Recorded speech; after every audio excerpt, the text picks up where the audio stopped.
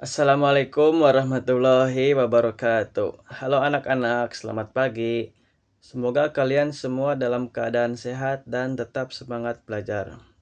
Sebelum kita memulai pembelajaran, mari kita berdoa terlebih dahulu agar kegiatan belajar hari ini diberikan kelancaran. Berdoa mulai.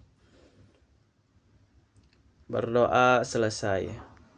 Baik, pada pertemuan kali ini kita akan belajar menulis cerita pendek atau cerpen dengan menggunakan model Project Based Learning. Di akhir pembelajaran nanti, kalian akan menghasilkan sebuah karya cerpen yang nantinya dapat dikumpulkan menjadi antologi cerpen kelas.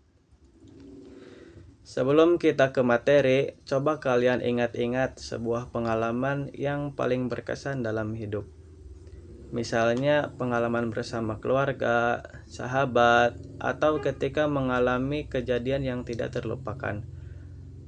Pernahkah kalian berpikir bahwa pengalaman tersebut bisa diubah menjadi sebuah cerita pendek yang menarik? Nah, hari ini kita akan belajar bagaimana cara mengubah pengalaman atau ide sederhana menjadi sebuah cerpen yang utuh. Setelah mengikuti pembelajaran ini, kalian diharapkan mampu mengidentifikasi unsur cerpen, menentukan unsur-unsur intrinsik cerpen, menyusun rancangan cerita, menulis cerpen sesuai struktur dan kaidah kebahasaan, dan menyunting hasil tulisan berdasarkan masukan dari teman. Pertanyaan yang akan kita jawab hari ini adalah, bagaimana jika pengalaman pribadi kalian diubah menjadi sebuah cerita pendek yang menarik untuk dibaca orang lain? Untuk tahap pertama yaitu mengenal cerpen dan merancang proyek. Sekarang silahkan kalian membaca contoh cerpen yang telah disediakan.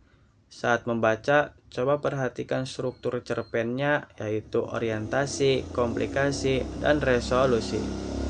Selain itu, identifikasi juga unsur intrinsiknya seperti tema, tokoh, alur, latar, sudut pandang, dan amanat. Setelah selesai membaca, tuliskan hasil identifikasi kalian pada lembar kerja yang telah disediakan.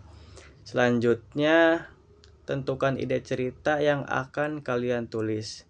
Isi kartu ide cerita dengan menentukan tema, tokoh utama, latar, konflik utama, dan penyelesaian cerita. Tahap ini akan membantu kalian sebelum mulai menulis. Untuk tahap kedua, yaitu menulis draft cerpen.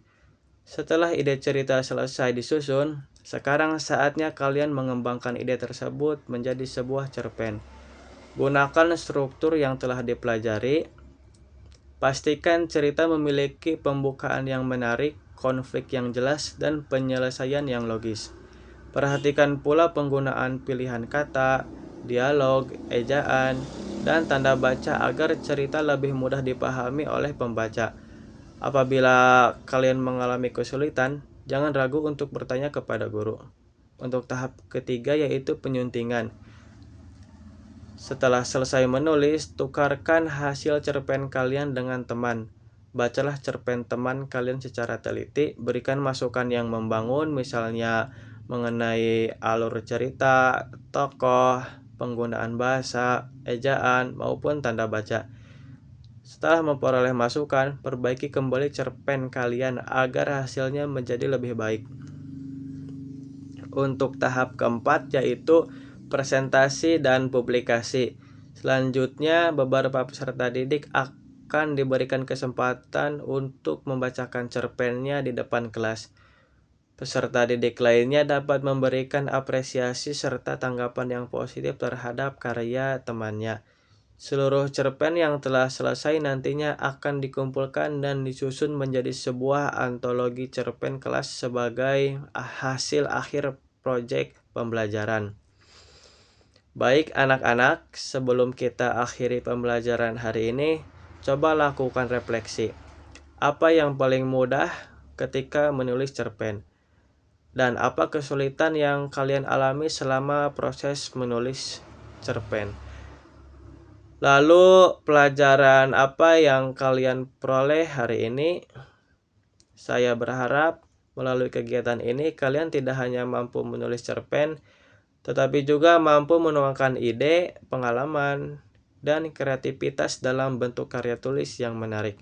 Bagi yang belum menyelesaikan cerpennya, silakan disempurnakan di rumah dan dikumpulkan pada pertemuan berikutnya.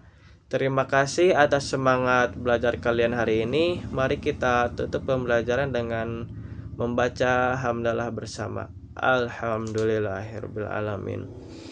Wassalamualaikum warahmatullahi wabarakatuh.